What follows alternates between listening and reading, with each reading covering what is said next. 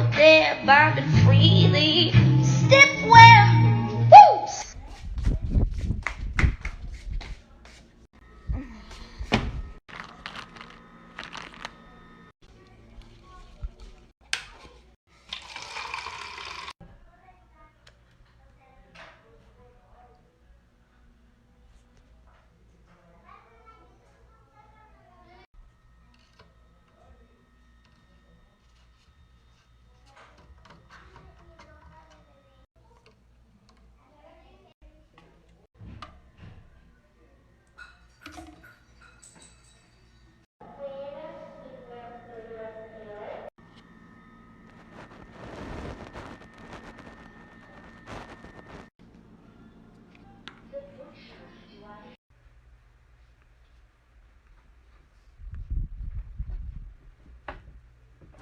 Hi guys, I'm going to show you how to turn a stuffed animal into a backpack. This is one of my favorite DIYs and it's relatively easy. Don't be fooled, this bear is fucking massive. It's like 2 feet tall. I got it at Target. I don't know what anybody's doing with a bear bag this big, but that's none of my business. The first thing you're going to do is cut 2 squares of fabric the length of your zipper. Sew the zipper on facing down so when you flip it up it looks like this. And do it to both sides, and I even put a little top stitch on there so it looks nice.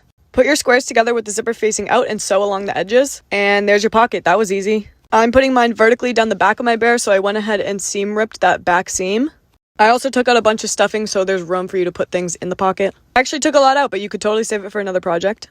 Now go ahead and stick your pocket in there. I am surprised it actually fits quite nicely. I was a little nervous. The zipper was looking a little extra long. But go ahead and grab a hand needle because now you have to hand sew. I do absolutely everything I can to avoid hand sewing in every project, but this one you kind of can't avoid it. I'm just doing a straight stitch. I went around the entire thing twice for extra security, and there's your first pocket. I actually put another one in the head, so I have 2. Because this bear is massive, I want to make the bag straps detachable. To do that, I'm using this webbing. I'm folding 2 inches over a D-ring, doing that 4 times and sewing it. I'm going to be sewing these in behind the ears and on the bottom where the straps would attach. I just ripped a hole, stuck it in there, and hand sewed again. So it looks like this. Now the straps are also going to be adjustable. This bear is giving functionality. First, sewing both straps over the slider. I attached some claw clips to an O-ring, and that's what I'm going to be attaching to the D-ring. Slid my strap up through the O-ring, pulled it back down through the slider, and sewed it around another O-ring. I attached all the straps. There it is. 2 fully functioning pockets, 2 adjustable and detachable straps. She is looking good. Of course, I had to go ahead and give her a lid and a lash, make her a bit spooky. It was really the least I could do. If you want to learn how I did that, I will post another video. Not all men's jeans fit the same, so I want to give you some tips on how to find the perfect baggy jeans from the men's section. The fit I always try to look for is the 550 Relaxed Fit Levi's jeans. These are super easy to find at Goodwill and other thrift stores, and they are so comfy and they're just my favorite fit. If I'm unfamiliar with the fit, I just try to find some jeans that have a ton of room in the butt and the legs. The most important thing to look out for is that when you pull it up, if you want them to be high-waisted, it doesn't create a diaper. A ton of men's jeans do this. So to make them fit your waist, all you gotta do is put them on inside out and then pin them where they fit you. Make a line going down about 10 inches to that point to the edge of the jean, and then just sew all the way down. You may have to take off the belt loops and reattach them if they're in the way. So this is a men's 560 fit, and I love how these turned out as well. How to make a miniature vinyl record.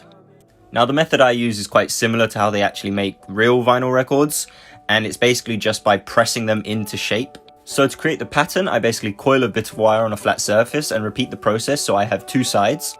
Then I roll out some clay and place it in between the 2 pieces of card. After removing the clay, you can then cut off the excess material and bake. Once everything is cured, you can then paint black and then add some glaze to give it that nice shine. You can then add the side 1 and side 2 labels in the center of the record, and even make a sleeve from your favorite album out of some card. And that's how you do it.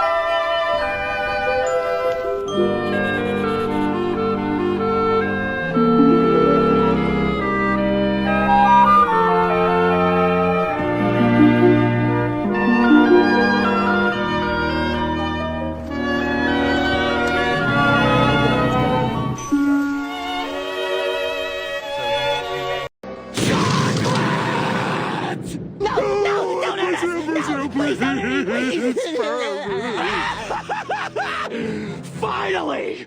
I've been trying to catch you boys all day! Now that I've got you right where I want you, I'd like to buy all your chocolate.